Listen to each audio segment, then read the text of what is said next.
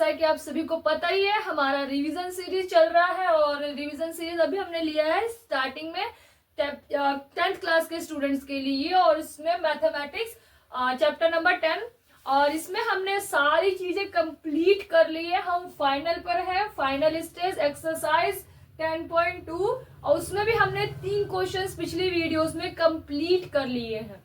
ठीक है, अभी हम स्टार्ट करते हैं question number 4 without wasting any time. So question number 4 क्या कहता है? Prove that the tangent drawn at the ends of the diameter to a circle are parallel. ठीक है, देखते हैं। ये एक हमारा सर्कल है, ठीक है, इसने बोला डायामीटर, ये हमने इसका डायामीटर ले लिया। डायामीटर क्या होता है? रेडियस का दुगना। ठीक है, और ये टेंजेंट इनके एंड्स पे बोले हैं लेने के लिए, तो ये हमने इसके एंड्स पे एक टेंजेंट ले लिया, 2 टेंजेंट हमने ले लिए। एक सेकेंड, ठीक है, ये यहां से हमने टेंजेंट पास करा दी। इसका नाम हम दे देते हैं A and B, C and D. ठीक है, इस पॉइंट पे, और इसको हम दे देते हैं P, Q एंड O। अभी देखो, अब इसने क्या बोला है? Prove that the tangents drawn at the end of the diameter. ये डायामीटर है, इनके एंड्स पे जो टेंजेंट हमने बनाए हैं वो पैरेलल है। ठीक है, अभी हमने स्टार्टिंग में जब पढ़ा था तो हमने क्या पढ़ा था कि कितने नंबर ऑफ टेंजेंट्स हम एक सर्कल पे बना सकते हैं जो पैरेलल होते हैं। तो क्या आंसर था? 2। अब हमें यहाँ पे प्रूफ करना है कि ये लाइन या ये टेंजेंट इसके पैरेलल है। एक कंसेप्ट था पैरेलल लाइंस को, जब हम एक ट्रांसवर्जल लाइंस, हमारी एक दो पैरेलल लाइंस को एक ट्रांसवर्जल लाइन कट करती है, तो उनके जो अल्टरनेटिव एंगल्स होते हैं वो क्या होते हैं? इक्वल होते हैं। ठीक है, तो अगर हमने यहाँ पर ये प्रूफ कर दिया कि इसके जो ये P और Q क्या है, ट्रांसवर्जल लाइन ले सकते हैं हम, क्योंकि ये इसको क्या कर रही है? इंटरसेक्ट कर रही है। ठीक है, और इसके अल्टरनेट एंगल्स अगर हमने इक्वल कर दिए तो प्रॉपर्टी क्या कहती है कि एक ट्रांसवर्जल लाइन अगर 2 लाइनों को कट करती है या इंटरसेक्ट करती है और उनके अल्टरनेट एंगल्स इक्वल हो जाते हैं, तो वो क्या हो जाती है? एक पैरेलल लाइन हो जाती है। ठीक है, तो यही कंसेप्ट इसमें लगेगा। बहुत इजी क्वेश्चन है, सारा लिखेंगे हम इसमें। Given that PQ is diameter of a circle with center O, okay, and AB and CD is tangent on a circle with center O। ठीक है, अब आगे हम क्या लिखेंगे? अब हम इसका लिखेंगे प्रूव दैट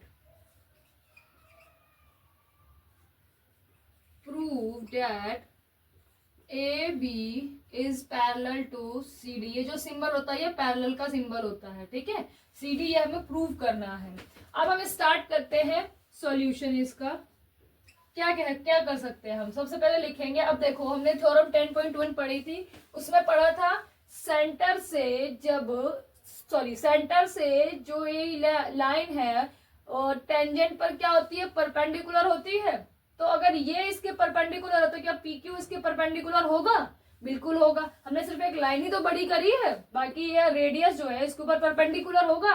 तो ऐसे ही PQ भी क्या होगा? परपेंडिकुलर होगा। तो लिखेंगे बाय यूजिंग थ्योरम 10.1। यहाँ पे पूरा आपको रेफरेंस देना है 10.1 का। ठीक है, क्या होगा? OQ is perpendicular to CD। ठीक है, similarly PQ is perpendicular to CD, therefore angle PQC and angle PQD equals to what? 90 degree. ऐसे ही सिमिलरली सिमिलरली क्या हो जाएगा, अब ओपी जो है एबी पे परपेंडिकुलर है, तो क्या क्यूपी भी एबी पे परपेंडिकुलर होगा, बिल्कुल होगा। तो लिखेंगे OP is perpendicular to AB, similarly PQ is perpendicular to AB। ठीक है, इसकी वजह से क्या हुआ, हमारा angle APQ and angle BPQ equals to what, 90 degree. ठीक है, इसको दे दो इक्वेशन 1, इक्वेशन 2। अब हम क्या कर सकते हैं, अब देखो ये एंगल इसके इक्वल होगा बिकॉज ऑफ 90 डिग्री, और ये एंगल इसके इक्वल होगा बिकॉज ऑफ 90 डिग्री। ठीक है, और हमारे ऑल्टरनेट हिंदी में एकांतर कोण बोलते हैं, अब हमारे एकांतर कोण क्या हो गए, इक्वल हो गए। दैट्स व्हाई हम क्या कह सकते हैं, ए बी जो है वो सी डी के पैरेलल है।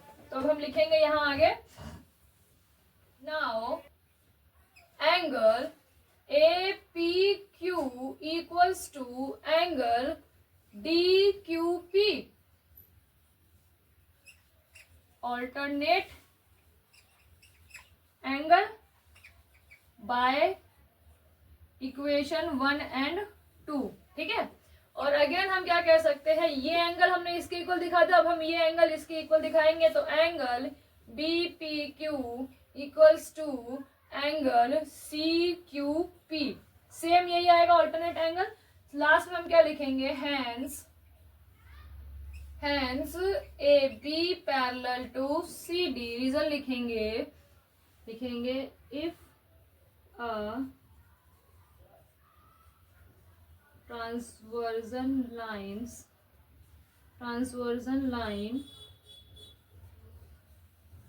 intersects two lines in this manner so that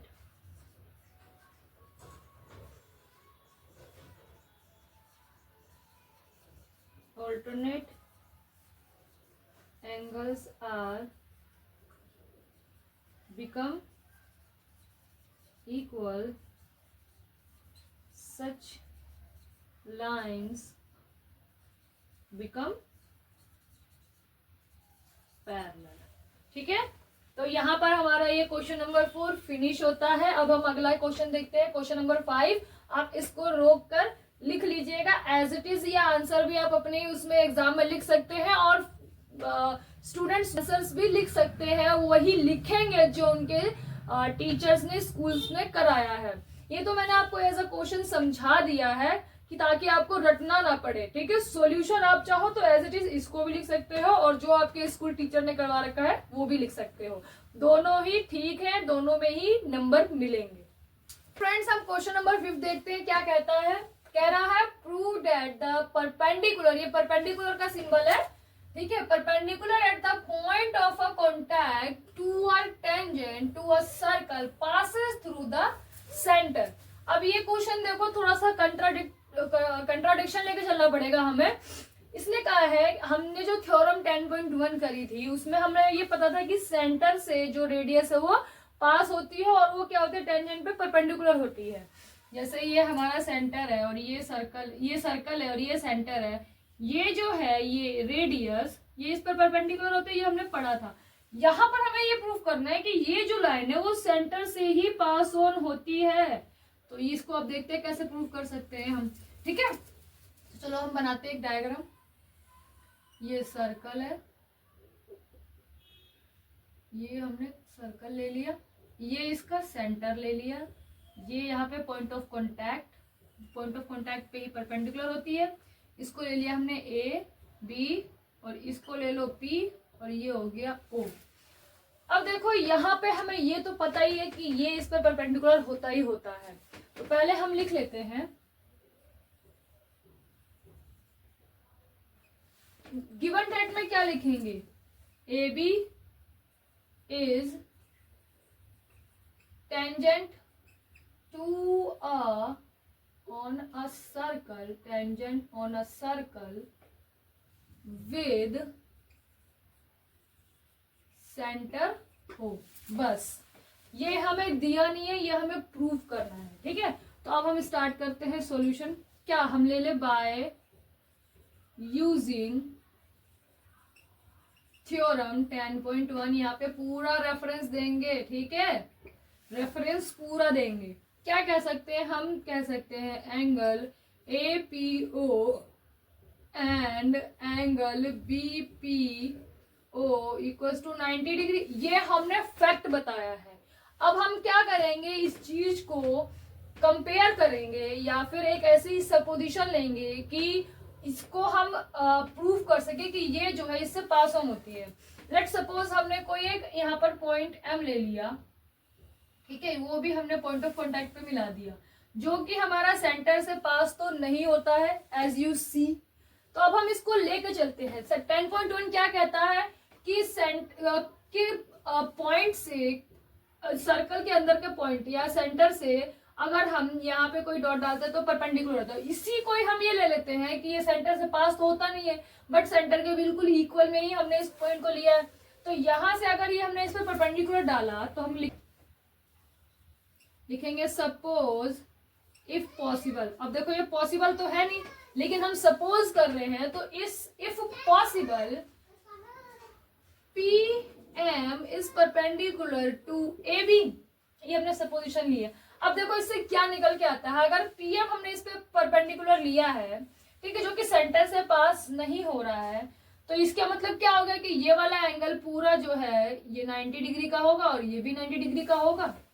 तो देखते हैं एंगल, अभी हम सिर्फ ये एक साइड लेके चलते हैं। Angle therefore angle BPM should be 90 degree. अब एक चीज, इसको इक्वेशन 1 दे दो और इसको इक्वेशन 2 दे दो।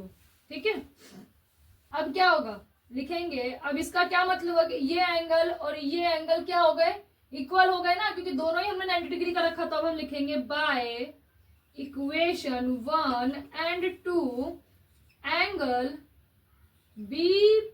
BPO equals to angle BPM, जो कि पॉसिबल ही नहीं, तो लिखेंगे विच इज नॉट पॉसिबल। क्यों, क्योंकि ये देखो ये पूरा एक जो है, ये पूरा एक हमारा एंगल 90 डिग्री का है, उसमें से ये जो एंगल है ये इस 90 डिग्री का पार्ट है, इससे छोटा है। This is acute angle, Hindi में न्यूनतम एंगल बोलते हैं, न्यून कोण बोलते हैं। ठीक है, तो अब देखो क्या छोटा बड़े के बराबर हो सकता है, नहीं हो सकता। तो लिखेंगे which is not possible as, जो एंगल है वो इस एंगल का पार्ट है, तो लिखेंगे as which is not possible as part can not be equal to whole.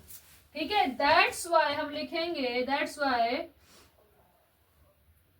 supposition, that's why our supposition is contradict supposition। ठीक है, therefore we can say that OP is passes through center of circle। ठीक है, क्या किया हमने एक supposition ले ली M, जो कि सेंटर से पास नहीं हो रहा। हमें ये तो प्रूफ करना है ना। 10.1 क्या कहता है कि सेंटर से पास जो भी रेडियस है हमारी, वो टेंजेंट पे क्या होती है, परपेंडिकुलर होती है। हमने इसको इस पे परपेंडिकुलर ले लिया। अब ये बताओ क्या ये एंगल इस पूरे एंगल के इक्वल हो सकता है। हमने सपोजिशन ली, सपोजिशन का मतलब क्या हुआ फिर कि ये इस पर क्या होगा, परपेंडिकुलर। अब परपेंडिकुलर का मतलब क्या हुआ कि वो एंगल 90 डिग्री का होना चाहिए।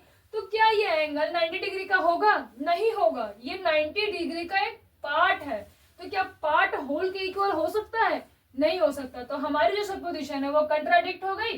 दैट्स वाई जो ये ओपी है वो सेंटर से पास होता है। बस ये इसमें इतना ही था।